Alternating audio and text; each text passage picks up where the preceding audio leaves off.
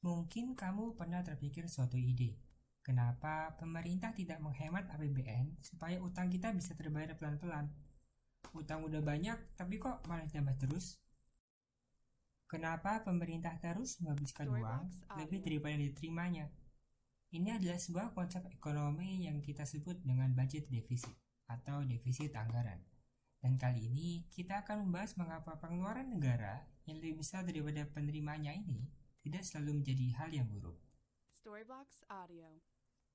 Sebelum langkah lebih jauh, kita harus memahami dulu apa itu defisit anggaran. Secara ekonomi, defisit anggaran didefinisikan saat G lebih besar daripada T, atau saat pengeluaran pemerintah lebih besar daripada penerimaannya. Storybox Pengeluaran Audio. pemerintah ini contohnya membangun infrastruktur, gaji PNS, dan lain sebagainya. Sedangkan penerimaannya ini seperti pajak dan bagi hasil BUMN. Kalau pemerintah mengeluarkan lebih banyak daripada yang diterimanya, maka akan terjadi suatu gap.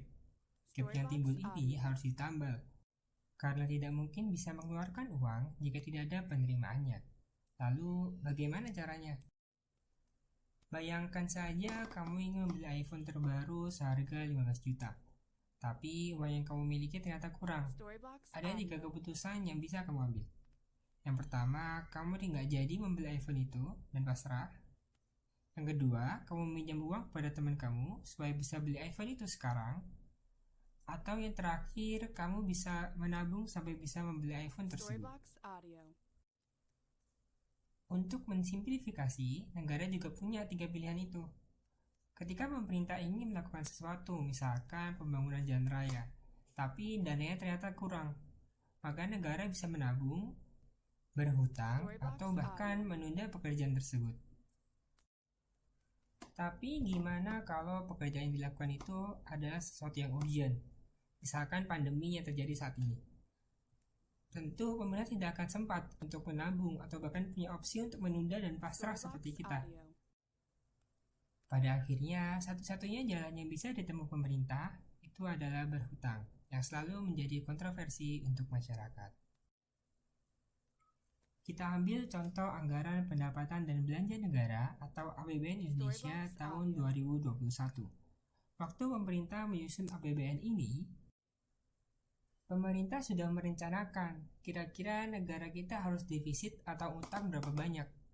Dan ini perlu diingat bahwa ini sudah direncanakan, bukan seperti kita yang pas akhir bulan baru sadar kok tagihan pay letternya besar. Kalau rencananya, pemerintah tahun 2021 ini bakal menerima pendapatan negara sebesar 1.700 triliun rupiah dan mengeluarkan sebesar 2.750 triliun Storybox rupiah, Audio. atau ada defisit sekitar 1.000 triliun rupiah lah. Dan perlu diperhatikan lagi bahwa rencana ini sudah mempertimbangkan indikator-indikator ekonomi makro, seperti halnya inflasi, pertumbuhan ekonomi Indonesia dan global, hingga ketersediaan vaksin. Storybox Audio. Karena APBN ini masih dalam rangka pemulihan dampak pandemi. Masalah mulai muncul ketika banyak netizen dan warga negara Indonesia yang sensi dan tidak suka dengan utang pemerintah yang terus menumpuk. Padahal kita sebagai warga negara juga tidak dirugikan secara langsung dengan utang pemerintah yang menggunung. Loh, bukannya utang pemerintah nanti kita yang nanggung? Kenapa kita nggak dirugikan? Oke, santai. Ini kita belum bahas utang dulu, karena pembahasan utang ini perlu ada video sendiri. Jadi kita fokus ke defisit anggarannya dulu. Poin pertama yang penting untuk ditanamkan adalah keuangan negara ini tidak sama dengan keuangan pribadi. Utang menggunung tentu akan membuat kita pusing, tapi tidak dengan negara. Jika suatu bisnis atau individu memiliki hutang, maka hanya ada dua cara untuk membayarnya, meningkatkan pendapatan atau menunda pengeluaran. Tapi negara punya opsi ketiga, yaitu mencetak uang. Ini bukan sulap, bukan sihir. Pemerintah memang bisa dan mempunyai kewenangan untuk mencetak uangnya sendiri. Storybox Audio. Tapi bukan berarti bisa seenaknya. Salah satu yang perlu diperhatikan sebelum mencetak uang ini adalah tingkat inflasi. Dan perlu diperhatikan juga bahwa hampir semua negara di dunia menggunakan anggaran defisit. Karena hal ini dianggap dan teruji mampu untuk dapat meningkatkan perekonomian suatu negara. Argumen kuat kenapa budget defisit ini baik adalah argumen mengenai automatic stabilizer. Automatic stabilizer ini mengacu pada kemampuan suatu ekonomi untuk menstabilkan dirinya secara otomatis jika terjadi suatu krisis. Storyblocks Audio. Kita ambil contoh ketika terjadi krisis dan resesi ekonomi pada tahun 2008 di Amerika Serikat. Pada saat itu, budget defisit pemerintah Amerika hampir mencapai 10% dari GDP mereka, atau sekitar 1,4 bilion US dollar pada tahun 2009. Saat itu, keadaan ekonomi di Amerika sedang buruk-buruknya. Banyak orang jadi pengangguran, tidak punya pendapatan, dan akhirnya banyak bisnis dan perusahaan yang tutup karena orang-orang tidak bisa membelanjakan uangnya karena memang tidak punya uang. Storyblocks Nah, Audio. inilah awal mula kisah kenapa budget defisit di Amerika bisa sebanyak itu. Ternyata budget defisit pemerintah Amerika pada tahun 2009 itu habis untuk kompensasi klaim asuransi PHK yang sebelumnya memang sudah dicanangkan oleh pemerintah Amerika. Melalui uang kompensasi ini diharapkan warga negara Amerika akan membelanjakan uang mereka dan buat bisnis serta perusahaan kembali mendulang keuntungan melalui penjualan.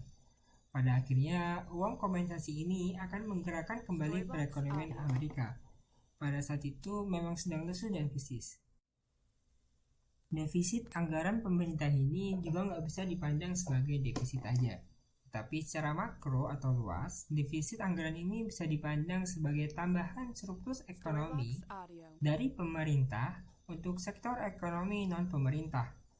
Misalkan nih, kamu punya bisnis jualan besi. Nah, misalkan pemerintah mau bikin jembatan dan besinya harus beli di toko kamu, tapi ternyata anggaran pemerintah kurang. Berarti pemerintah punya dua pilihan, jadi bikin atau enggak. Kalau misalkan jadi, pemerintah melakukan budget defisit dan kamu mendapatkan income dari belanja pemerintah yang didanai lewat utang itu. Dan pendapatannya kamu dapat ini bisa digunakan untuk membayar karyawan yang nantinya karyawan ini akan membeli misalkan bakso dan jadi pendapatan dari tukang bakso tersebut. Jadi defisit pemerintah ini bisa dilihat sebagai pendapatan tambahan untuk sektor ekonominya pemerintah Storyblocks yang tidak mungkin Audio. didapat tanpa adanya defisit, atau secara ekonomi dapat dibilang surplus.